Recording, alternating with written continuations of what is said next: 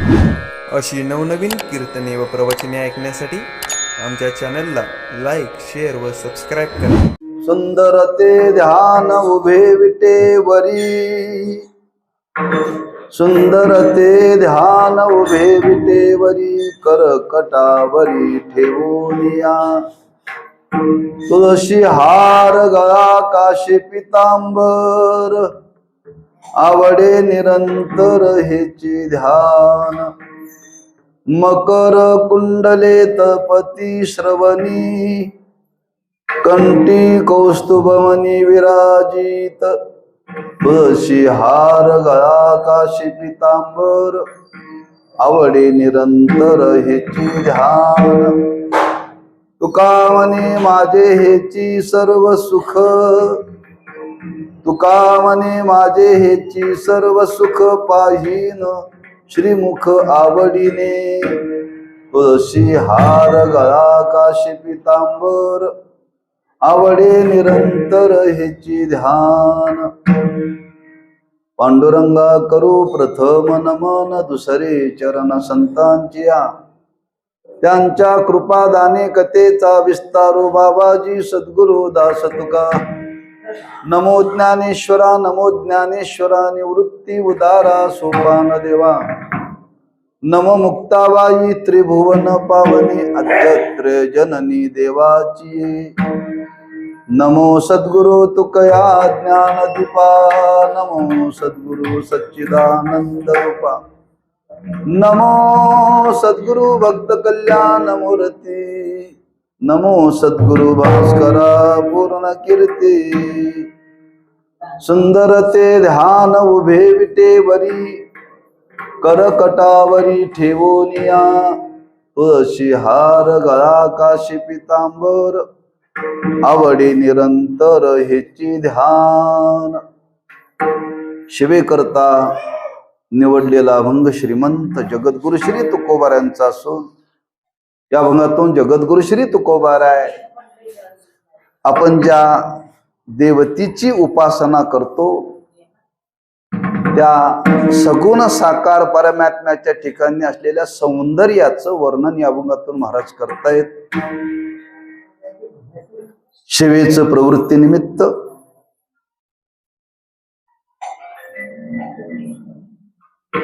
भगवंताचा हा प्राणप्रतिष्ठेचा वर्धापन दिन अधिक मंदिराचा अश्विन वद्य त्रयोदशी, पण अशी द्वादशी त्रयोदशी एक आहे बरं का, धन त्रयोदशी. आणि त्या वर्धापन दिनाच्या निमित्ताने आता हा एक दिवसीय नाम उत्सव ग्रामस्थ भाविक भक्त कुगील या सर्वांच्या सहकार्याने वैकुंठवासी हरिभक्तीपरायण अहिल्याबाई आजी, वैकुंठवासी हरिभक्तीपरायण तीर्थरूप महाराजांच्या कृपा आशीर्वादाने आता हा सोहळा संपन्न होत आहे. तेव्हा आपल्या भागवत धर्मामध्ये भगवंताचे सोहळे करावे असं वर्णन केलेलं आहे बरं का. कशा करता करावे, करण्याचा हेतू काय. एकदा भगवंताची प्रतिष्ठापना केली, पुन्हा सोहळे कशा करता. तर प्रत्येकाच्या अंतःकरणामध्ये त्या भगवंताविषयी अधिक अधिक प्रेम निर्माण होण्याकरता बरं का, भक्तीची वृद्धी होण्याकरता. दुसरा हेतू याच्या मग काही नाहीये की येन केन प्रकाराने प्रत्येकाच्या अंतःकरणामध्ये भगवंताविषयी भाव वाढावा, भक्ती वाढावी, प्रेम वाढावं. मनुष्य हा भक्तीमध्ये अधिक अधिक प्रवृत्त व्हावा बरं का. म्हणून तर संतांच्या कार्याचं वर्णन करताना वर्णन केले, वाढावया भक्ती, वाढावया भाव, वृद्धी झाली पाहिजे बरं का. आणि ती वृद्धी होण्याकरता पुन्हा पुन्हा हे सोय करावे लागतात. आपल्याही व्यवहारामध्ये आपण अनेक सोय करतो. कशा करता, आपले लोकांचे स्नेहसंबंध राहण्याकरता बरं, स्नेहसंबंध वाढण्याकरता, कार्यक्रमाच्या निमित्ताने नातेवाईक, कार्यक्रमाच्या निमित्ताने मित्रमंडळ येतात, येण्याने एकमेकाविषयी स्नेह वाढतो, नातेसंबंध दृढ होतो बरं का. म्हणजे व्यवहारामध्ये जे सुद्धा सोय केले जातात त्या करण्याच्या माग हाच येतोय, नातेसंबंध दृढ व्हावा. तसं परमार्थाच्या दृष्टीने जे भगवंताचे सोय केले जातात ते सोय करण्याच्या माग भगवंताविषयी अधिक अधिक भक्ती भाव वाढावा, आणि तो वाढेल तर आपल्या जीवनामध्ये भक्तीची वृद्धी होईल, तर अधिक अधिक आनंद आपल्याला भोगायला मिळेल बरं का. आणि हा भाव मनी मानशी घेऊन त्या भगवंताचे सोय साजरे करावेत, केले पाहिजेत. त्या भगवंताची आपण स्थापना केलेली आहे, ती त्याची भक्ती त्याची उपासना घडण्याकरताच केलेली आहे बरं का. मनुष्याच्या जीवनामध्ये ही उपासना घडली पाहिजे, अखंड रूपाने उपासना घडली पाहिजे. अनेक कारण त्याच्या मागे सांगितलेले आहेत. आमच्या तुमच्या मनाला स्थैर्य आणि आमच्या तुमच्या मनाला धैर्य प्राप्त होण्याकरता उपासनेची गरज आहे. जसं तुकोबांनी वर्णन केले, साधना ही अखंड केली पाहिजे, साधना ही अखंड केली पाहिजे. राम कृष्ण हरी विठ्ठल केशवा मंत्र हा जपावा कधीतरी, मंत्र हा जपावा सर्व काळ. सातत्य राहिलं पाहिजे, सातत्याने उपासना घडली पाहिजे. सातत्याने उपासना घडील तर आपल्या मनाला स्थैर्य प्राप्त होईल, मनाला धैर्य प्राप्त होईल. त्याच्याकरता तर भगवंताच्या ह्या अवताराचं कारण आहे. निर्गुण निराकार असलेला परमात्मा सगुण साकार रूपाने या भूतलावरती अवतीर्ण झाला. कशा करता? भक्ताच्या इच्छे करता. आणि या भूतलावरती ती उपासना अखंड राहण्याकरता बरं का. देव पुन्हा पुन्हा अवतीर्ण होतो, होण्याच्या मागेही कारण आहेत. एक भक्ताच्या इच्छेकरता देव प्रगट होतो, आणि ही उपासना अखंड समाजामध्ये चालावी म्हणून त्या भगवंताचं प्रगटीकरण आहे. सगुण साकार रूपाने देव अवताराला येतो, प्रगट होतो. लक्षात ठेवा, तो प्रगट होतो म्हणून तर त्याचं वर्णन केलेलं आहे. काय वर्णन केलेलं आहे? तुका म्हणे पूर्वी इच्छा जया तैसा विठ्ठल. भक्ताची जशी इच्छा असेल त्या इच्छेनुरूप परमात्मा तो पूर्ण करण्याकरता प्रगट होतो. लक्षात ठेवा. किंवा तुकोबाराय वर्णन करतात, तुका म्हणे आम्ही जे जे इच्छा करू ते ते कल्पतरू पुरविशी. म्हणून भगवंताचे जे अवतार झाले ते भक्ताच्या इच्छेकरता किती झाले गणित नाही बरं का. अवताराच्या राशी तो हा उभा विटेवर,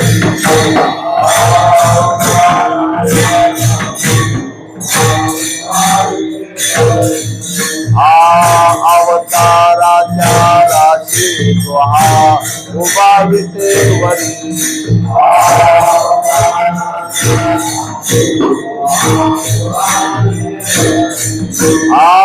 शंख चक्र गदा पद्मा सहित हरे.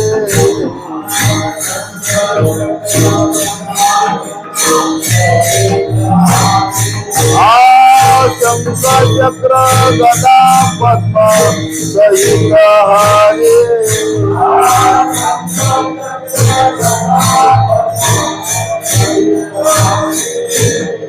देखिला देखिला देवा आदि देव परवा. देखिला देखिला देवा आदि देव परवा.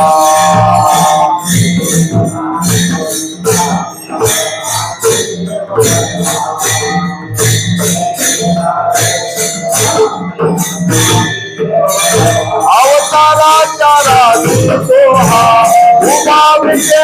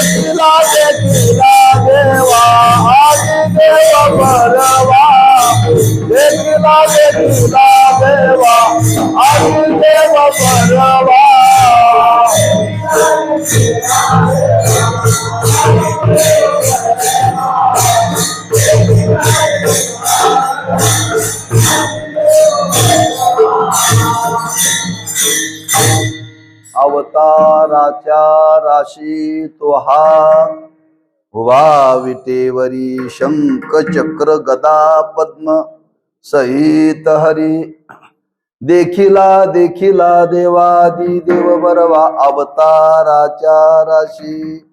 भगवंताने अगणित अवतार घेतले, त्याच्याकरता शब्द वापरला राशी. कोणाकरता घेतले? आमच्या तुमच्या करता. बरं का? म्हणजे निर्गुण निराकार असलेला परमात्मा सगुण साकार रूपाने या भूतलावरती अवतीर्ण होतो. त्याची अनेक कारण, त्यातले एक कारण काही उपासना समाजामध्ये अखंड घडली पाहिजे. सातत्याने उपासना घडली पाहिजे. मग ती उपासना घडण्याकरता निर्गुण निराकार असलेला परमात्मा सगुण साकार रूपाने प्रगट होतो का? कुणी म्हणेल निर्गुणाची उपासना करता येत नाही का? येते, पण सगळ्यांना करता येत नाही. निर्गुणाची उपासना सगळ्यांना करता येत नाही. सामान्य लोकांना निर्गुणाची उपासना करता येत नाही. निर्गुण या शब्दाचा अर्थ गुणरहित, रूपरहित, नामरहित. सामान्य लोकाला साधना करण्याकरता तो आज मूर्तीच्या रूपाने, प्रतिमेच्या रूपाने डोळ्यासमोर पाहिजे बरं का, तर साधना करता येते. काहीतरी त्या मनाला आलंबन लागतं. आलंबन ठेवल्याशिवाय साधना घडत नाही. काही ना काहीतरी लागतं, त्याशिवाय माणसं जगू शकत नाहीत बरं का. काही ना काहीतरी लागतं. तुम्ही पहा, विचार करा. माणसं चार माणसात असली तर बोलतात, आणि एकटी असली तर मोबाईलशी खेळतात. कोणी नसून चालत नाही, त्याला आलंबन लागतं. काही ना काहीतरी लागतं. आता अलीकडे मोबाईल आला, त्याच्या अलीकडे काय माणसाला काहीच नसेल तर माणसं एकांतात बसून काय करतात? तंबाखू चगळतात. काही ना काहीतरी आलंबन लागतं. आलंबनाशिवाय मनुष्य राहू शकत नाही. अगदी तुम्ही पहा, लहान मुलापासून वयस्कर माणसापर्यंत काही ना काहीतरी त्याला आलंबन लागतं. तसं निर्गुण निराकार असलेला परमात्मा हा अतींद्रिय आहे. आमच्या तुमच्या इंद्रियाचा विषय होणारा देव आम्हाला पाहिजे.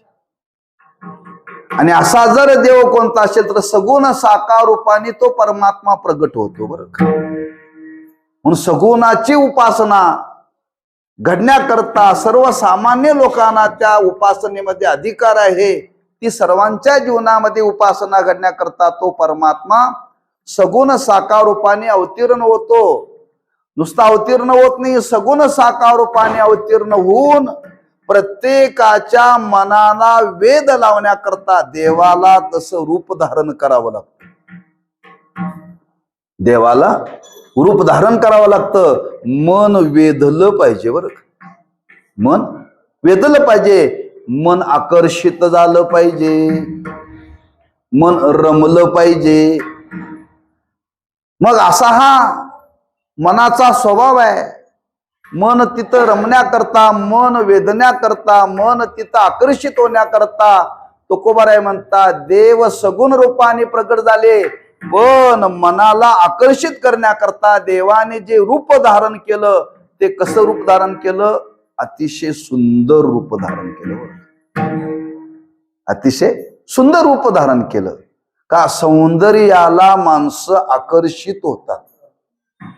सौंदर्याला आकर्षित होतात. स्वभाव आहे माणसाचा, लक्षात ठेवा. हा, कुरूप वस्तू पाहण्याकरता कोणी प्रवृत्त होत नाही. पण एखादी वस्तू जर सुंदर असेल तर माणसं ती पाहतात. मग काही असो, हा, गाडी जरी असली तरी पाहण्याकरता माणसं प्रवृत्त होतात. म्हणजे जडाच्या ठिकाणी सुद्धा सौंदर्य लागतं. मग चेतनाच्या ठिकाणी लागतंय, स्वतंत्र सांगण्याची गरज नाही. सर्वांचा अनुभव आहे.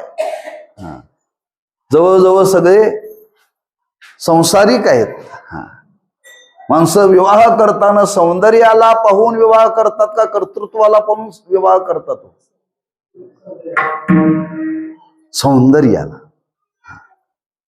एकाला विचारलं का रे मुलगी शिकलेली आहे चांगली, महिना 50,000 पगार आहे, पॅकेज आहे 5 लाखाचं, ते म्हणतोय दिसायला चांगली नाहीये.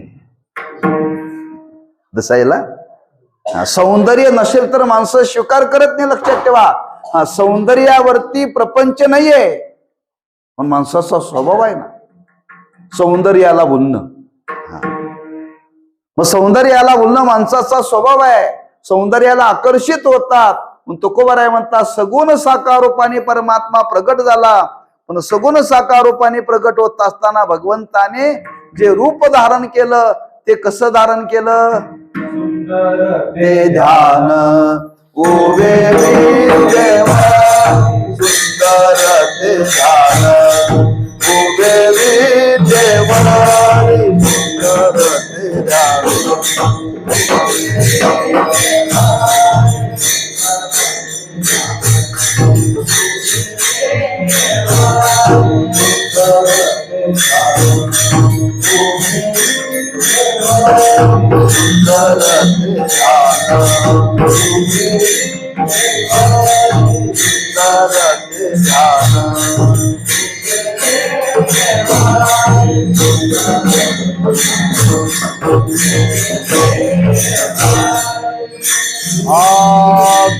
करकटावरी देवोनिया, करकटावरी देवोनिया तुझे हार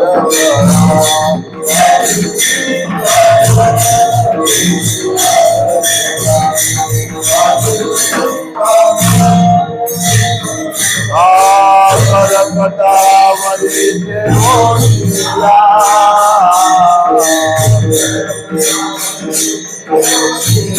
तुझे हार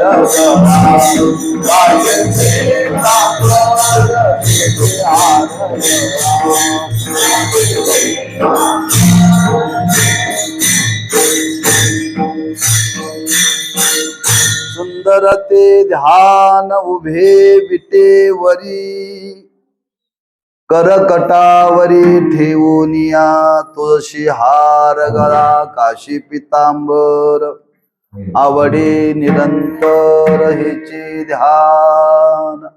जगद्गुरु श्री तुकोबाराय भगवंताच्या सौंदर्याचं वर्णन करतात. बरं, सगुण साकार परमात्मा आहे,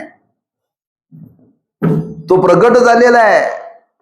झालेला असला तरी महाराज म्हणतात तो सुंदर आहे. बरं, नुसता सुंदर नाहीये, सर्व अंगाने सुंदर आहे. बरं, सौंदर्यामध्ये फरक आहे. काहीचा चेहरा सुंदर असतो बरं का, पण बाकीचं सुंदर नसतं. काही काही एका अंगाने माणसं सुंदर असतात, काहींचे कान फार सुंदर असतात. बरं का, काहींचे डोळे सुंदर असतात, काहींचं नाक सुंदर असतं, काहींचे दात सुंदर असतात, काहींचे बाहू सुंदर असतात, काहींची कंबर सुंदर असते, पण भगवंताच्या सौंदर्याचा जर विचार केला तर परमात्मा सर्व अंगाने सुंदर आहे. सौभाग्य सुंदरू लावण्य आगरू,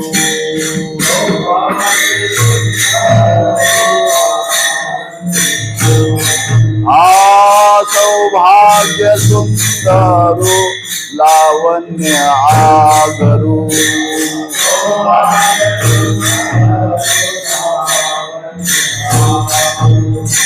वापर कुमादेवी वरू श्री विठ्ठलो,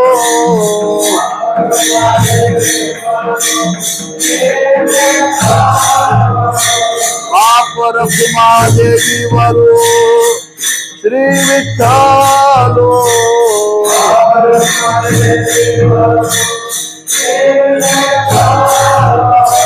दिवे अनुसरले आधुनिकानये, दिवे अनुसरले आधुनिकानये,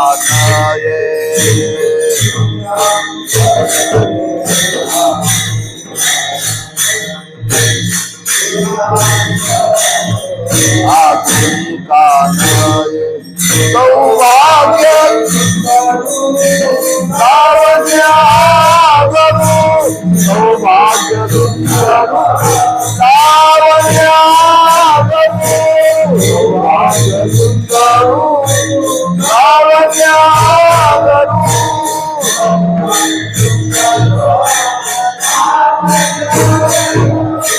वापर कुमादेवी वरू श्री विठ्ठलो, वापर कुमादेवी वरू श्री विठ्ठलो,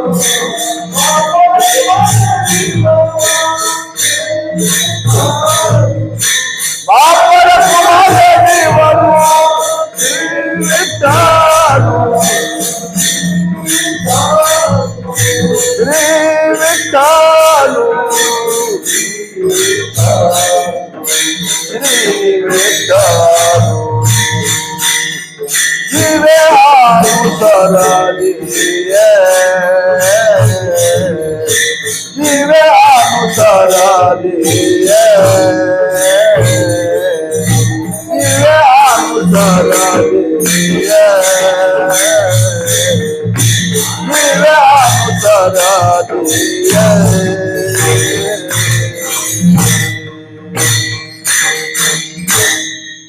सौभाग्य सुंदरू लावण्य सागरू, वापर कुमादेवी वरू श्री विठ्ठलू. हा, सर्व अंगाने परमात्मा सुंदर आहे बरं का. हा, तिसरं भगवंताच्या सौंदर्याचं वैशिष्ट्य सांगितलेलं आहे. हा, जसा सर्व अंगाने तो परमात्मा सुंदर आहे तसा विश्वामध्ये फक्त तोच सुंदर आहे बरं का. विश्वामध्ये फक्त देवच सुंदर आहे, देवापेक्षा कोणीही सुंदर नाही. आपल्याला इतिहास माहितीये, पुराण माहितीये. सर्वात सुंदर असणारी कोण? लक्ष्मी. सर्वात सुंदर असणारा कोण? मदन. कोणाला भुलला हो? देवाला भुलला बरं का. हा, स्त्रीच्या बाबतीत लक्ष्मीपेक्षा कोणी सुंदर नाही. सुंदर असणारी लक्ष्मी सुद्धा त्याच्या सौंदर्याला भुलली.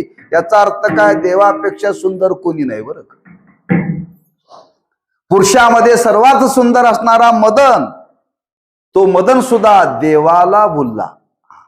म्हणजे देवापेक्षा सुंदर या त्रिभुवनामध्ये कोणीही नाही. म्हणून परमात्मा सर्व अंगाने सुंदर आहे आणि परमात्मा सर्वात सुंदर आहे. त्याच्या पुढे भगवंताच्या सौंदर्याचा जर विचार केला तर आणखी एक विचार आपल्याला चिंतनामध्ये घेता येईल. या विश्वामध्ये देव सुंदर आहे म्हणून प्रत्येक वस्तूला सौंदर्य आहे बरं का. विश्वामध्ये देव सुंदर आहे म्हणून प्रत्येक वस्तूला सौंदर्य आहे. शास्त्रामध्ये वर्णन केले, जिथं जिथं तुम्हाला सौंदर्य पाहायला मिळेल हे सौंदर्य कोणाचं? देवाचं आहे बरं का. देवाचं सौंदर्य. म्हणजे जिथं जिथं आपल्याला सौंदर्य पाहायला मिळेल ते देवाचं सौंदर्य आहे. हा, देवाच्या सौंदर्याशिवाय जगामध्ये कुणाचं सौंदर्य नाहीये. मग असा हा सर्वात सुंदर असणारा, सर्वांगाने सुंदर असणारा, हा सर्वांच्या सौंदर्याला अधिष्ठान असणारा तोच आज परमात्मा तुकोबाराय म्हणतात, विटेवरती उभा हे सुंदर ते ध्यान, उभे विटेवरी.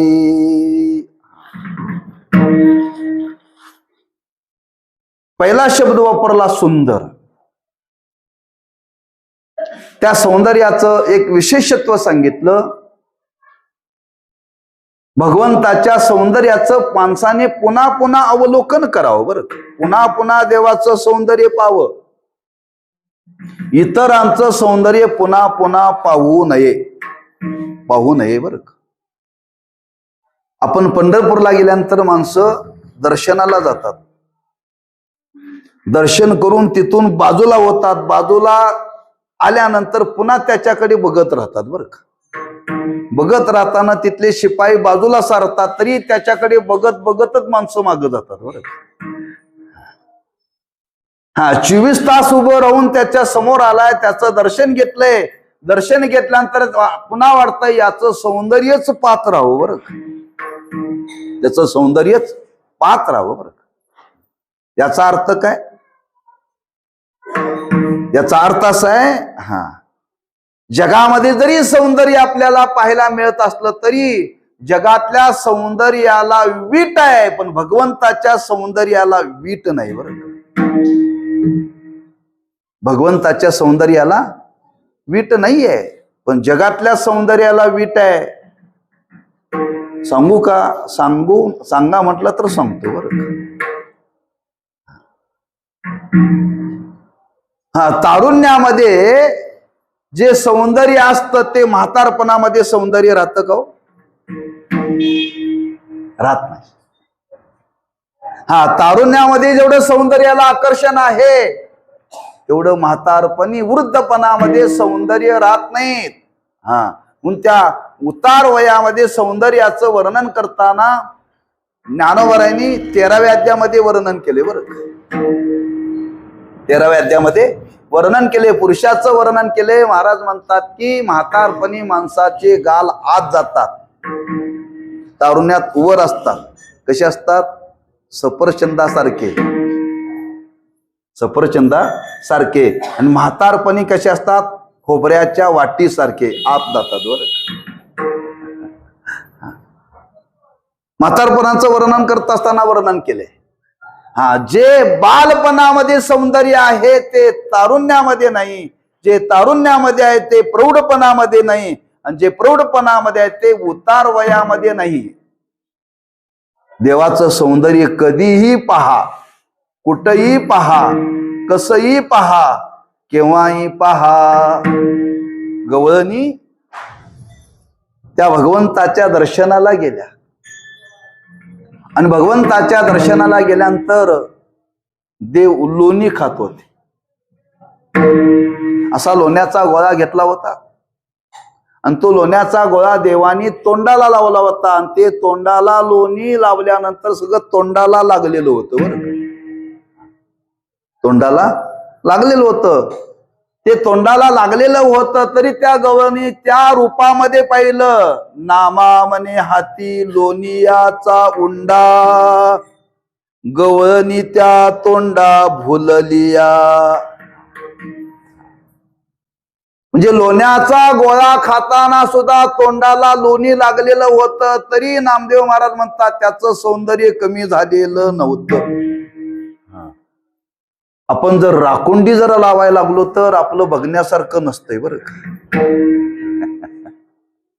बघण्यासारखं नसतंय, लक्षात ठेवा.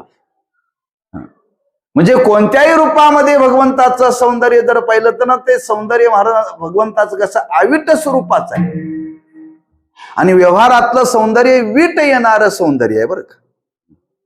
म्हणून तो परमात्मा आज इतका सुंदर आहे, इतका सुंदर आहे. महाराज म्हणतात की त्याच्या सौंदर्याला कधीही वीट नाहीये. म्हणून तर तुकोबारांनी त्या सौंदर्याच्या संबंधाने वर्णन केले. आता दृष्टी पुढे ऐसाचे तो राये, आता दृष्टी पुढे ऐसाचे तो राये.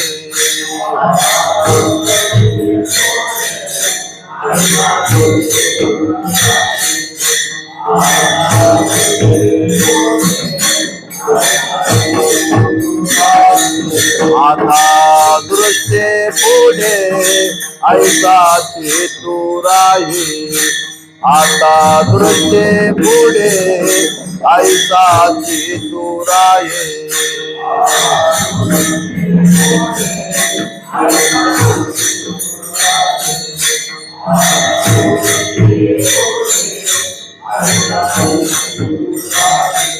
जो मी तुझ पाहे पांडुरंगा, जो मी तुझ पाहे पांडुरंगा, आता दृष्टी पुढे ऐसाचे तू राये, आता दृष्टी पुढे ऐसाचे तू राये.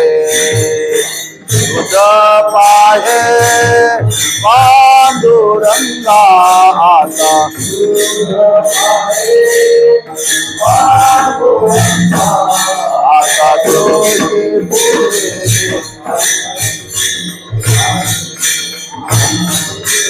पुढे ऐसाचे तू राये.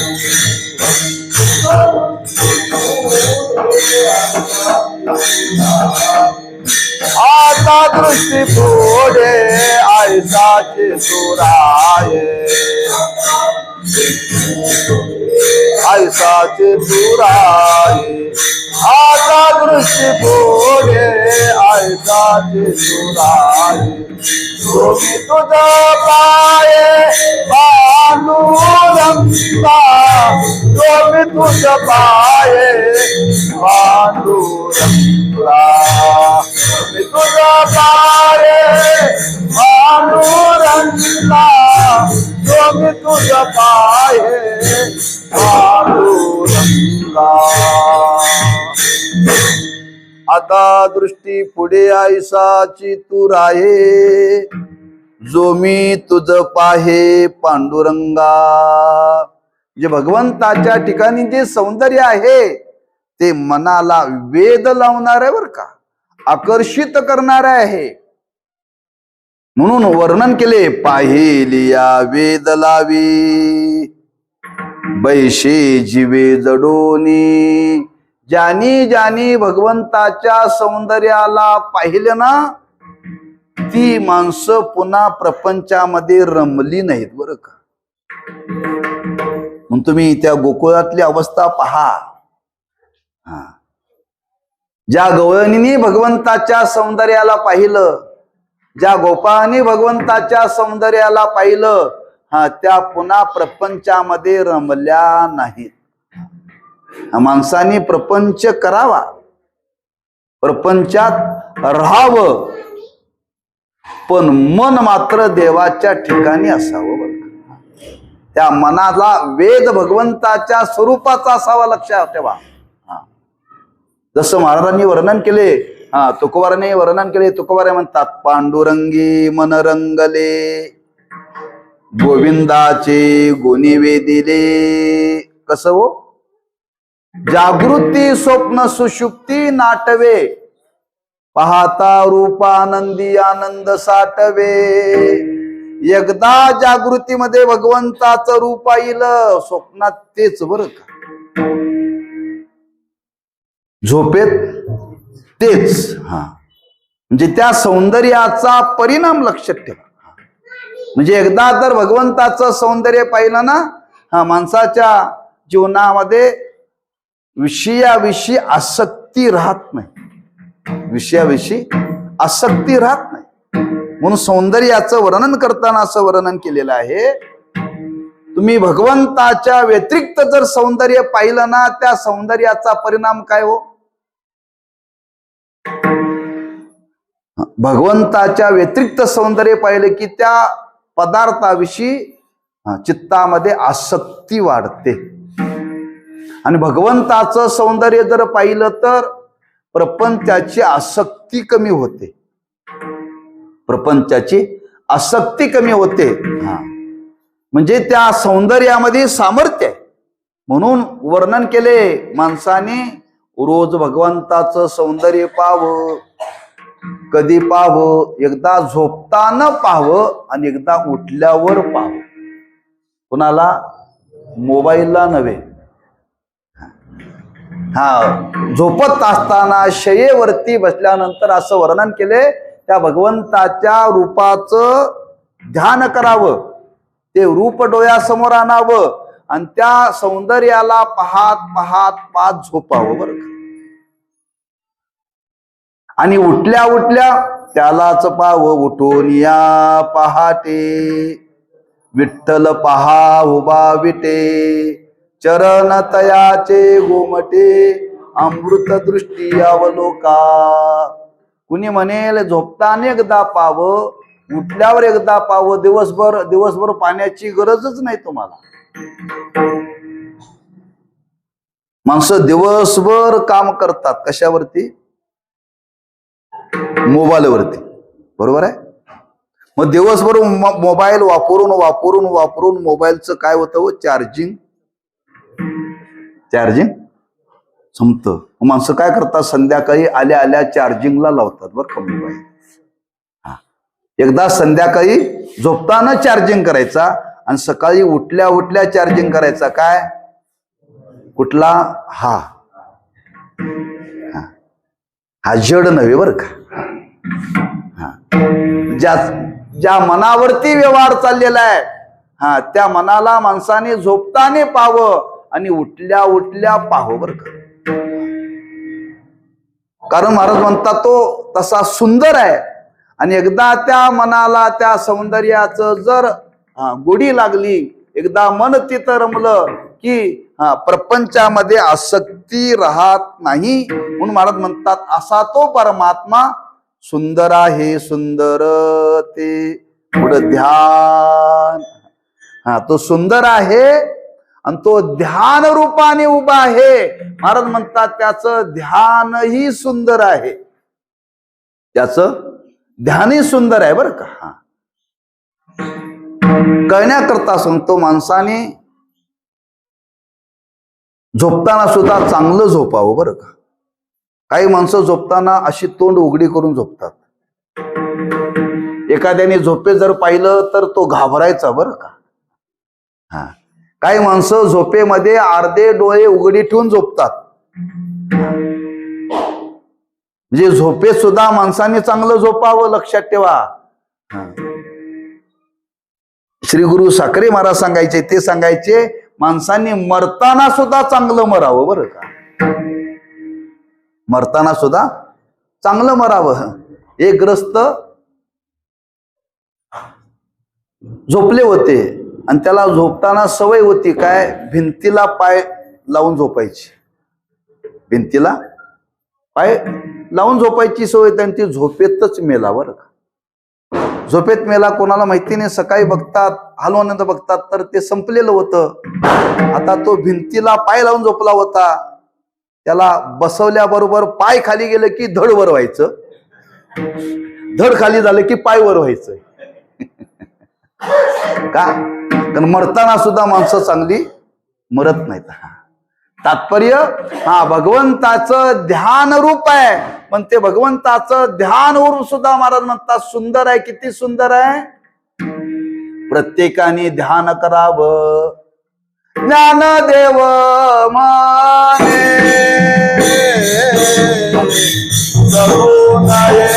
ध्यान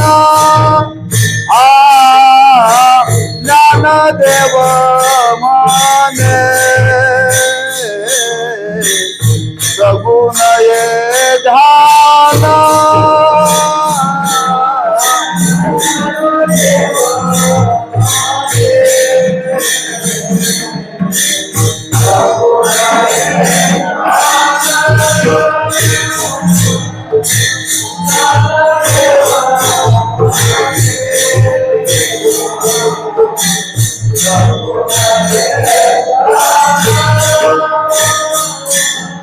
नाम पाठ मौन नाम पाठ मौन प्रपंचाचे हरी मुखे माना हरी मुखे माना हरी मुखे माना हरे मुझे माना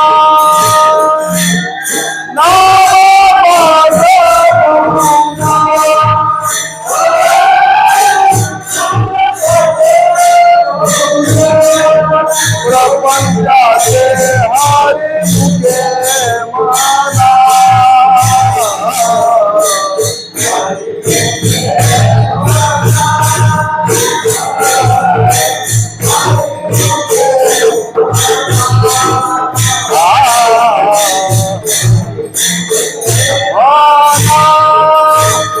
ज्ञानदेव मने सगुण ये ध्यान नम पाठ प्रपंचाचे नम पाठ प्रपंचाचे ज्ञानदेव मने सगुण ये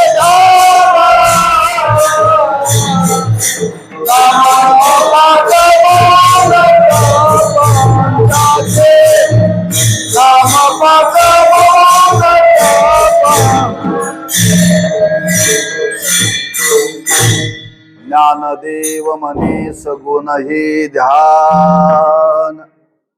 त्या सगुणाचं ध्यान करावं का महाराज म्हणतात ते अतिशय सुंदर आहे.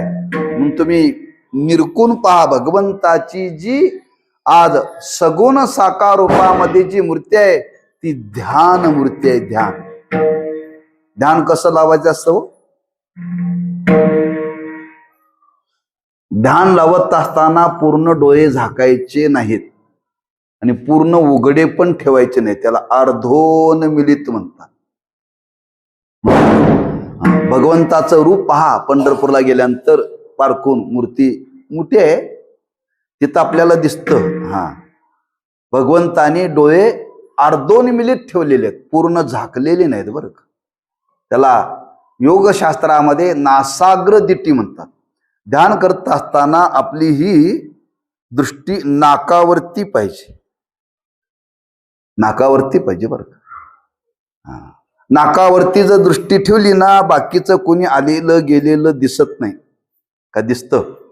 नाही दिसत बरं का. डोळे पायाला गेलं तर झाकल्यासारखे दिसतात. पण त्याचं जे केंद्रीकरण असतं ते त्या स्वरूपाच्या ठिकाणी असतं. लक्षात ठेवा. वर्णन केले माणसाने रोज थोडं का विना ध्यान करावं. ध्यान करावं. लोक म्हणतात करतोच आम्ही, फक्त प्रपंचाचं करतो. प्रपंचाचा उपयोग नाही, देवाचं केलं पाहिजे. नाम पाठ मौन प्रपंचाचे. प्रपंचाचं मौन धारण करा, नामाचा पाठ करा आणि सगुणाचं ध्यान करा असं वर्णन केले बरं का. आमचं कसं चाललंय? नामाचं मौन आहे आणि प्रपंचाचा पाठ चालू आहे. प्रपंचाचा पाठ. आम्ही कुठेही गेलं की तेच बडबडतोय. देवळात आलं तरी प्रपंचच आहे, पंढरपुरात गेलो तरी प्रपंच आहे. तर का आमचा पाठ आहे ना प्रपंचाचा. देवाविषयी कोणी बोलत नाही, पण देवाविषयी वर्णन केले. त्या नामाचा पाठ करावा आणि प्रपंचाचं मौन धारण करावं आणि त्या सगुण साकार परमात्म्याचं ध्यान करावं. ध्यान करता करता करता ध्यान करणारा तो जीव त्या भगवंताच्या ठिकाणी शेवटी तद्रूप होतो बरं का. तद्रूप होतं. लक्षात ठेवा. गोविंद गोविंद मना लागलिया छंद मग गोविंद ते काया भेद नाही देवा तया अविनाश करी आपुलियाईशी लावी मना पिशी गोविंदाचे. त्या भगवंताचं ध्यान करावं. ध्यान करण्याने माणसाची एक शक्ती वाढते बरं का. कुठली शक्ती वाढते? स्मरणशक्ती वाढते. म्हणून तर त्या कासवाचं वर्णन केले. कासव कशा करतात ते देवाच्या समोर आहे. लोकांनी त्याला धक्का देऊन जावं म्हणून बरेच लोक देवाच्या देवा जाताना त्या कासवाला ठेच मारूनच जातात बरं का. खाली बघायची सवय नाही ना. खाली बघायची सवय नाही, वर बघून चालायची सवय आहे. पण देवाच्या जवळ आल्यानंतर पहिल्यांदा त्या कासवाकडे बघावं आणि मग देवाकडे जावं. कशा करता कासव लावलंय ते? देवाचा अवतार एक कासवाचा झाला म्हणून नव्हे बरं का. त्या कासव देवाच्या समोर लावण्याचं कारण एक आहे. तो कासव काय करतो? त्याची इंद्रिय आहेत, त्याला 4 पाय आहेत आणि त्याचं ते शिर आहे. तो काय करतो? काही संकट आलं, काही आपल्याला कोणी प्रतिबंध करण्याकरता आलं तर ते आत घेतो बरं का, ओढून आत ओढून घेतो. त्याची जी पाठ अशी निर्माण केलेली आहे, त्याच्यावरती जरी तुम्ही कशाचाही घाव मारला तरी काय परिणाम होत नाही बरं का. म्हणून तलवार आणि ढाल, ढाल कशाची केली जायची हो? कासवाच्या पाटाची ढाल करायची. फार ती कडक, ती फुटत नाही, तुटत नाही. गोळी लागली तरी बरं का, तलवारीची किती तरी घाव बसले तरी. मग त्याची जी पाठ आहे ती फार टणक आहे. मग तो काय करतो? इंद्रिय ओढून घेतो आतमध्ये. तसं देवाने आपल्याला इंद्रिय दिलेली आहेत. ती देवाकडे जाताना प्रत्येकाने काय करावी? देवाच्या समोर आल्यानंतर त्या कासवाकडे बघावं. कासव जसं आत इंद्रिय आपली ओढून घेतो तसं देवात आल्यानंतर प्रत्येकाने आपली आपली इंद्रिय आत ओढावी, म्हणजे अंतर्मुख करावी. इकडं तिकडं पाहू नये बरं का. देवळात येताना स्विच ऑफ करूनच यायचं. मोबाईल नवं, मन. ते आजूबाजूला कुठं जाता कामा नये. सर्व इंद्रियाला अंतर्मुख करायचं. अंतर्मुख करून त्या देवाकडे हा एक ध्यानातला भाव आहे बरं. या पद्धतीने देवाचं ध्यान करता येतं आणि तो ध्यान रूपामध्ये परमात्मा आज इतका सुंदर उभा आहे. महाराज म्हणतात, सुंदर ते ध्यान उभे विटेवरी. तो विटेवर उभा आहे. उभं राहण्यामध्ये सुद्धा सौंदर्य आहे. माणसाने उभं कसं राहावं? एक पाय वर करावा, एक पाय बाजूला ठेवावा. ओळंब्यात उभं राहावं. ओळंबा माहित आहे ना? ओळंबा कुठं लावला जातो? भिंतीला. आपल्याला ओळंबा लावायचा तर कुठं लावायचा हो? एवढी काम केली तुम्ही ना. इथं कपाळाला लावायचा बरं का. आणि तो कपाळाला लावल्यानंतर शरीर ओळंब्यात पाहिजे. हे पुढे येता कामा नये. ओळंब्यात बरं का. असं ओळंब्यात उभं राहावं लागतं. काटकोनामध्ये लक्षात ठेवा. तुम्ही आजही पहा, देव उभा आहे. ओळंबा लावून बघा. मागच्या बाजून लावून बघा, पुढच्या बाजून लावून बघा. ते उभं राहण्यामध्ये एक सौंदर्य आहे बरं का. उभं राहण्यामध्ये उभे विटेवरी. त्या उभं राहण्याचं भगवंताचं ते पाहणं सुद्धा सुंदर आहे. लक्षात ठेवा, पाहणं सुद्धा सुंदर आहे. लक्षात ठेवा. आणखी एक त्याचं कारण, तो परमात्मा विटेवर उभा आहे. कशा करता उभा आहे? उभं राहण्याचं कारण काय?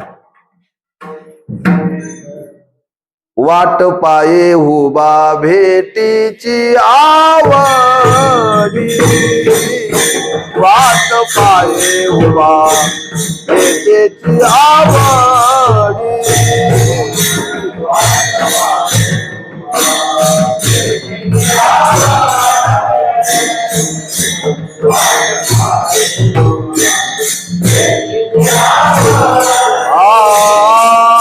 वाट पाये उभा भेटीची आवडी.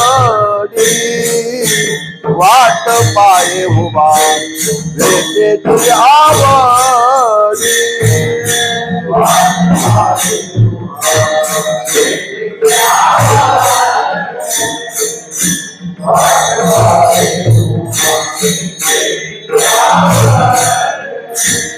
कृपाळू तातडी उतावीरा कृपाळू तातडी उतावीरा कृपाळू तातडी उतावीरा कृपाळू तातडी उतावीरा वाट पाये उभा भेटेची आवडी वाट पाये उभा भेटेची आवडी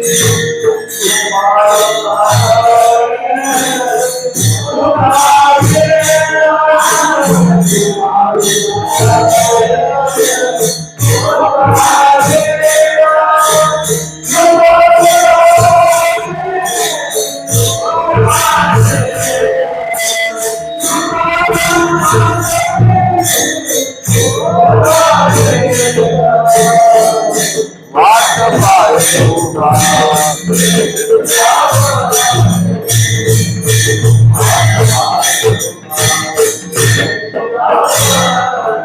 वाट पाये उभा भेटेची आवडी कृपाळू तातडी उतावीरा कृपाळू तातडी उतावीरा वाट पाये उभा भेटेची आवडी कृपाळू तातडी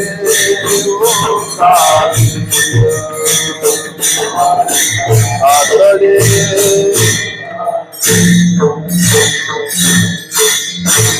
वाट पाये उभा भेटीची आवडी कृपाळू तातडी उतावीर उभा विटेवरी. तो परमात्मा विटेवर उभा आहे.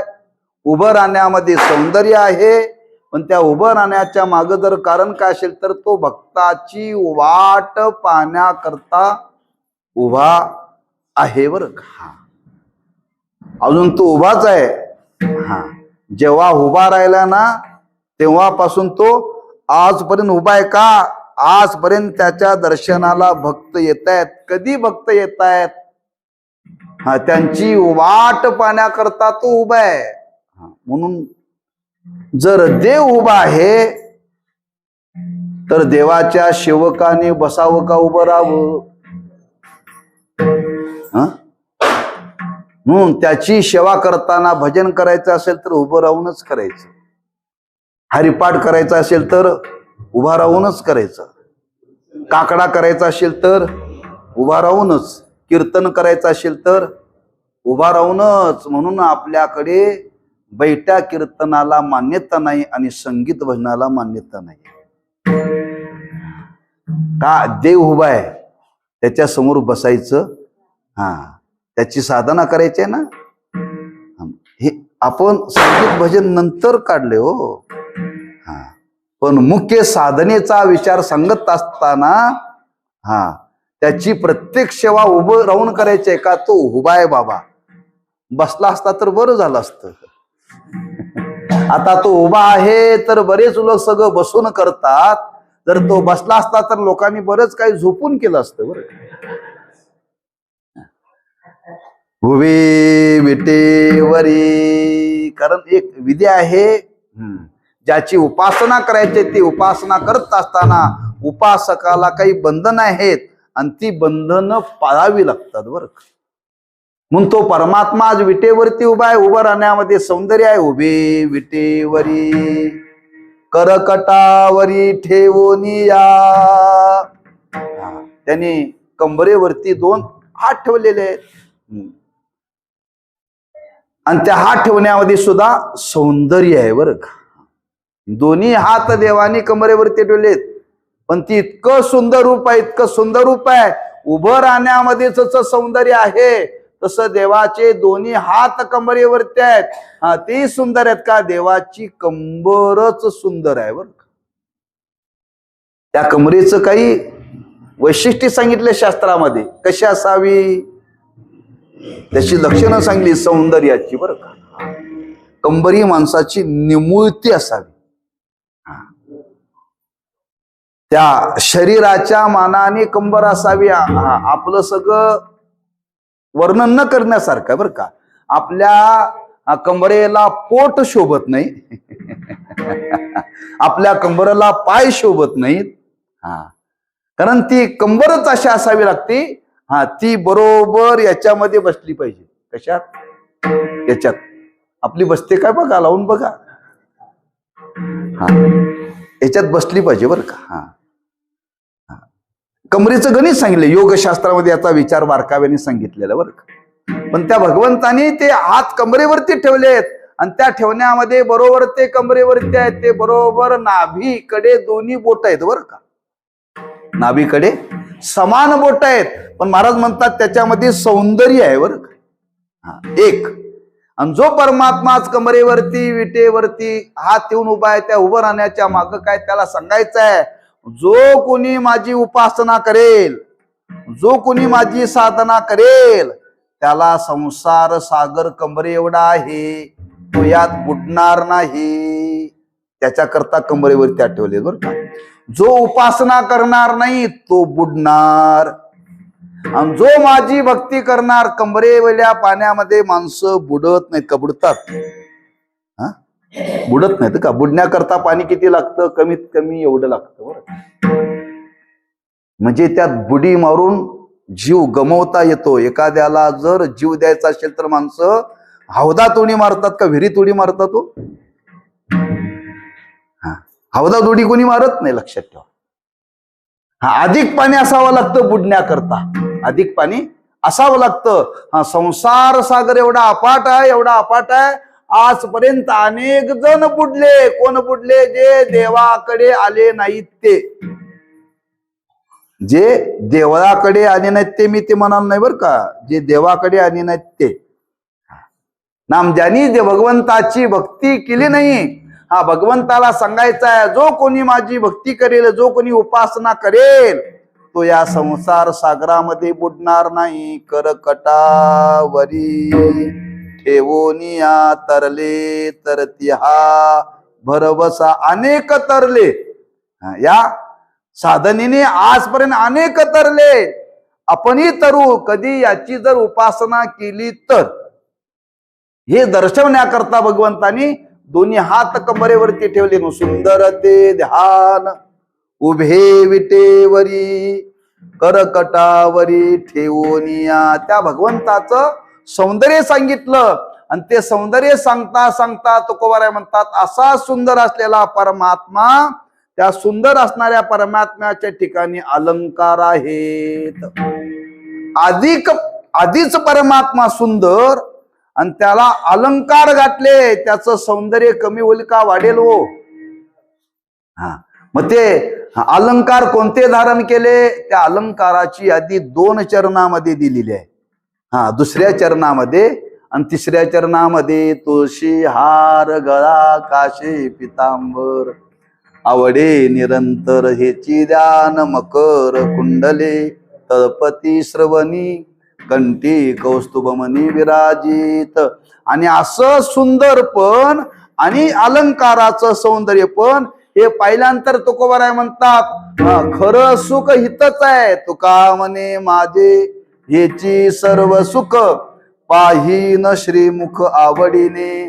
तुळशी हार गळा काशी पितांबर आवडे निरंतर हेची ध्यान विठोबा रखुमाई.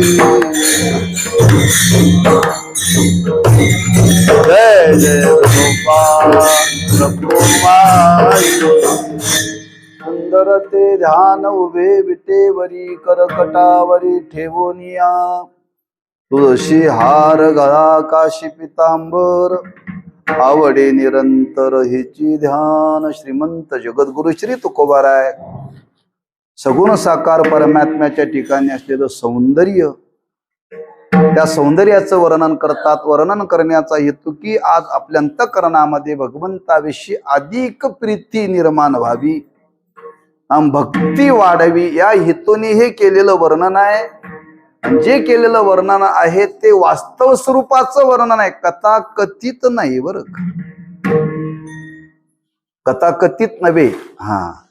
कारण सौंदर्यामध्ये दोन प्रकार आहेत, एक नैसर्गिक सौंदर्य आणि कृत्रिम सौंदर्य. आज जे समाजामध्ये सौंदर्य निर्माण केलं जातं ते कृत्रिम सौंदर्य बरं का. खऱ्या रूपाला झाकण्याकरता जे निर्माण केलं जातं ते कृत्रिम, आणि ज्याच्यामध्ये खरं रूप प्रगट होतं ते नैसर्गिक सौंदर्य बरं का. आणि ते नैसर्गिक सौंदर्य भगवंताच्या ठिकाणी आहे, आणि त्या सौंदर्यामध्ये सुखाचा संबंध आहे. कृत्रिम सौंदर्यामध्ये दुःख आहे. पाहताना माणसं त्या कृत्रिम सौंदर्याला आकर्षित होतात, नंतर पश्चाताप होतो. कुछ तुम समजो कुछ हम समजो. मी काय बोलू, काय तुम्हाला कळाल तर फार चांगलं आहे, नाही कळालं तर त्याच्यापेक्षा चांगलं आहे बरं का. फोटो मध्ये बघितलेलं सौंदर्य प्रत्यक्षात नसतं बरं का, प्रत्यक्षात नसतं. म्हणून त्या सौंदर्याच्या माग दुःख आहे आणि या सौंदर्याच्या माग सुख आहे. म्हणून तर त्या सौंदर्याचं वर्णन करून शेवटी तुकोबाराय म्हणतात, तुका म्हणे माझे हेची सर्व सुख. पण टायमिंग संपल्या बरं का आपली कीर्तनाची. 7 ते 9 ठरलंय, 7ला बरोबर पंचपदी सुरू केली आहे. आपण एका चरणामध्ये 9 वाजेपर्यंत आलोय.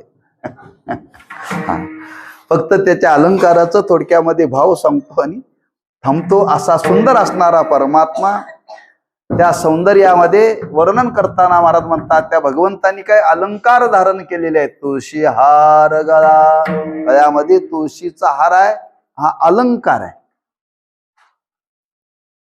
कमरेला पितांबर आहे. पितांबर म्हणजे, पितांबर कशाला म्हणतात, आमची तुमची धारणा आहे, जे पिवळं असतं त्याला पितांबर म्हणतात नाही बरं का. पवित्र असतं त्याला पितांबर म्हणतात. ते कशापासून निर्माण केलं जातं, ते रेशमापासून निर्माण केलं जातं. रेशीम हा धागा असा आहे, तो पवित्र आहे. रेशमाला विटाळ नाही, जसं घोंगड्याला विटाळ नाही ना, तसं रेशीम पदार्थाला विटाळ नाहीये. म्हणून काही लोक देवाची पूजा करताना रेशमी वस्त्र नेसतात बघा, त्याला सोवळ म्हणतात. ते पवित्र आहे, त्याला कोणी स्पर्श केला तर ते अपवित्र होत नाही. त्या देहाला स्पर्श केल्यानंतर पवित्रता निघून जाते बरं का. अंगाने ती शुद्ध आहे, पवित्र आहे. आणि ते देवाने पितांबर आहे, ते नेसलेलं आहे. कसं नेसलेलं आहे, त्याला 5 ठिकाणी कच्छ आहेत. कच्छ म्हणजे काष्टा. म्हणून शास्त्रामध्ये वर्णन केले, देवाची पूजा करताना आणि जेवताना कमीत कमी धोतर असावं. कीर्तनाला येताना सुद्धा धोतर असावं. पूजा करताना धोतर लावूनच पूजा केली पाहिजे, जेवताना धोतर लावूनच पूजा केली पाहिजे. का, त्या भगवंतानी पितांबर त्याला 5 ठिकाणी कच्छ आहेत, त्याला वस्त्र म्हणतात बरं का. आणि ते पवित्र आहे, आणि त्याच्यामध्ये एक सौंदर्य आहे बरं का, एक अलंकार आहे. वस्त्र धारण करणं अलंकार आहे बरं का, लक्षात ठेवा. या देहाला वस्त्र घातल्यानंतर देह चांगला दिसतो. नुसता उघडा जर पाहिला तर पाहण्यासारखा नाही बरं का. त्याच्यापेक्षा जर फाडून जर बघितला तर न बघण्यासारखाच नाही बरं का. आतल्या मांसाला झाकण्याकरता चामडा आहे, आणि या चमड्याला झाकण्याकरता हे वस्त्र आहेत. वस्त्र घातल्यानंतर माणसं शोभून दिसतात बरं का. बघा, एखाद्या स्त्रीनं 9 वारी जर साडी नेसली तर तिला काय म्हणतात, तो लक्ष्मीसारखी दिसते बरं का. आणि 9 वारी जर सोडून जर नेसली तर तिला काय म्हणतात, कीर्तना सांगण्यासारखं नाही बरं. म्हणजे वस्त्रामध्ये एक सौंदर्य, एक अलंकार आहे बरं का. भगवानने ते अलंकार धारण केलेले आहेत, त्या अलंकार पवित्र आहेत, लक्षात ठेवा. तुळशीचा हार पवित्र आहे, जे पितांबर नेसलेलं आहे ते पवित्र आहे, लक्षात ठेवा.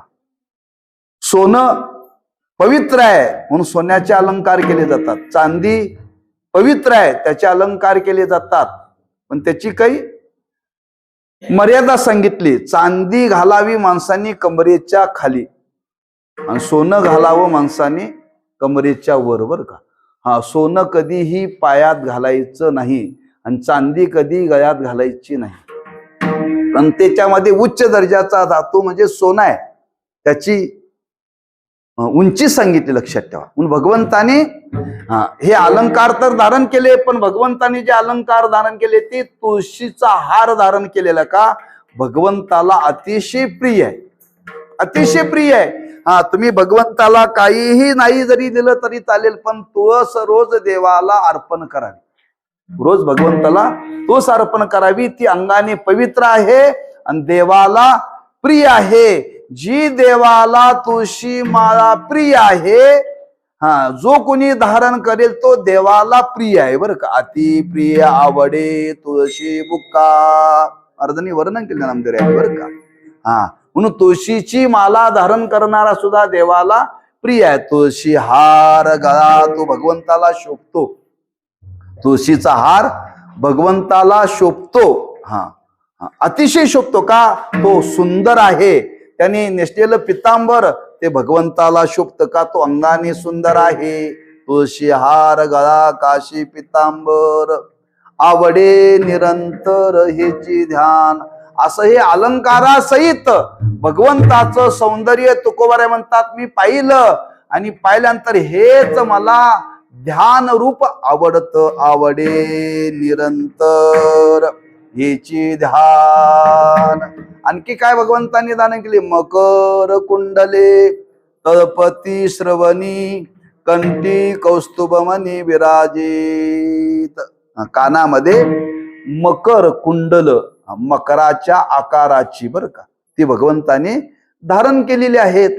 त्यानंतर कंठामध्ये कौस्तुभमणी आहे, कंठी कौस्तुभमणी, ते भगवंताला शोभतात बरं का, भगवंताला शोभतात का. मकराची कुंडल धारण केली.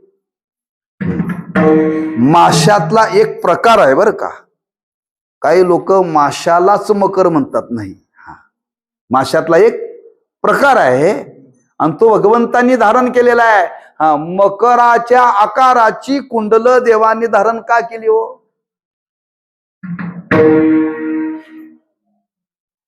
तर त्याचं कारण आहे, मासा हा पाण्याशी अनन्य आहे. माशाला जर पाण्यातून काढलं तर तो म्हणतोय मी आता जगू शकत नाही. भगवंताला सांगायचं आहे, जो माझ्याशी अनन्य आहे मी त्याचा स्वीकार करतो. हा, देवापासून मी जगू शकत नाही अशी भक्ताची अवस्था पाहिजे बरं का. ज्ञानोबारांनी वर्णन केले, त्या देवाशिवाय भक्त राहू शकत नाही बरं का, देवाशिवाय भक्त राहू शकत नाही. पंढरपुरीचा निळा लावण्याचा पुतळा विठू देखी लाडोळा बाई ओ वेदले ओ मनतयाचे गुणी क्षणभर न विसंबे विठ्ठल रुक्मिणी.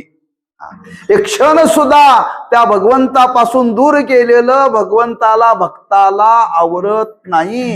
एवढी अनन्यता ज्याच्या जवळ आहे, एवढी अनन्यता भक्ती करण्याकरता लागते, हे दर्शवण्याकरता मकर कुंडले ती धारण केलेली आहेत. कंठामध्ये कौस्तुभमणी आहे, कंठी कौस्तुभमणी विराजित. परमात्मा सुंदर अलंकार धारण केले, ते सौंदर्य अधिक. आणि अशा सौंदर्याला पहिल्यानंतर महाराज म्हणतात, खरं सौंदर्य हे माणसाला सुख देणार आहे. आणि हे सुख जर कुठं असेल तर महाराज म्हणतात, त्या विटेवरती आज तो परमात्मा उभा आहे. तुका म्हणे माझे हेची सर्व सुख पाहीन श्रीमुख आवडीने. त्या भगवंताच्या स्वरूपाच्या ठिकाणी एवढं सुख आहे, एवढं सुख आहे. अहो, सौंदर्यामध्ये सुख आहे, लौकिक सौंदर्यामध्ये क्षणिक सुख आहे, आणि भगवंताच्या सौंदर्यामध्ये कायमचं सुख आहे. पाहता श्रीमुख सुखावले सुख डोळियाची भूक नवजे माझ्या म्हणतो परमात्मा सुखरूप आहे. तुका म्हणे माझे हेची सर्व सुख पाहीन श्रीमुख आवडीने. तुळशी हार गळा काशी पितांबर आवडे निरंतर हेची दान. ज्ञानेश्वर माऊली ज्ञानराज माऊली तुकाराम. जय जय ज्ञानेश्वर माऊली ज्ञानराज माऊली तुकाराम. जय जय ज्ञानेश्वर माऊली ज्ञानराज माऊली तुकाराम. जय जय ज्ञानेश्वर माऊली ज्ञानराज माऊली तुकाराम. जय जय ज्ञानेश्वर माऊली ज्ञानराज माऊली तुकाराम. जय जय ज्ञानेश्वर माऊली ज्ञानराज माऊली तुकाराम. कुंडले गौरवाज विठ्ठल श्री ज्ञानदेव तुकाराम. जय जय ज्ञानेश्वर माऊली ज्ञानराज माऊली तुकाराम.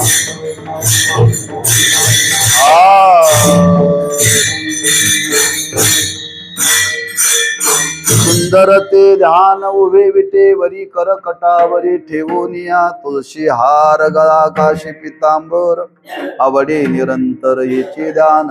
मकर कुंडले तळपती श्रवणी कंठी कौस्तुभमणी विराजित. तुका म्हणे माझे हेची सर्व सुख पाहीन श्रीमुख आवडीने. तुळशी हार गळा काशी पितांबर आवडे निरंतर हेची ध्यान. वेळेची मर्यादा मनी मानशी घेऊन काहीसा विचार त्या भगवंताच्या स्वरूपाच्या संबंधाने केलेला का. त्याच्या हा मूर्ती स्थापनेचा वर्धापन दिन आहे आणि त्याच्या सौंदर्याचं वर्णन करण्याचा हेतू की आज आमच्या जीवनामध्ये त्याची उपासना दृढ व्हावी, अधिक अधिक भाव निर्माण व्हावा, भक्तीही वाढावी. या हेतूने त्या भगवंताचं वर्णन साधू संतांनी केलेलं आहे. समाजामध्ये काही माणसं ज्या भावनेने एखाद्याची स्तुती करतात त्या भावनेने संतांनी देवाची स्तुती केलेली नाही बर का. समाजाला या भक्ती मार्गामध्ये प्रवृत्त करण्याकरता भगवंताच्या स्वरूपाचं हे केलेलं वर्णन आहे. तेव्हा ही स्वरूपाचं वर्णन त्या भगवंताचं सौंदर्य डोळ्यासमोर ठेवून अधिक अधिक आपल्या जीवनामध्ये ही उपासना दृढ व्हावी, अधिक भक्ती वाढावी, हीच त्या भगवंताच्या चरणी प्रार्थना करून सेवेला आपण पूर्णविराम देऊ. पायाच्या प्रसादी काही बोलिलो विनोदी मद क्षमा करणे संती नवे अंगभूत युक्ती. नोह्या उपदेश तुमचे बडबडिलो शेष. तुमच्या कृपेचे पोसणे जन्मोजन्मी तुका म्हणे तुकाराम तुकाराम तुकाराम तुकाराम.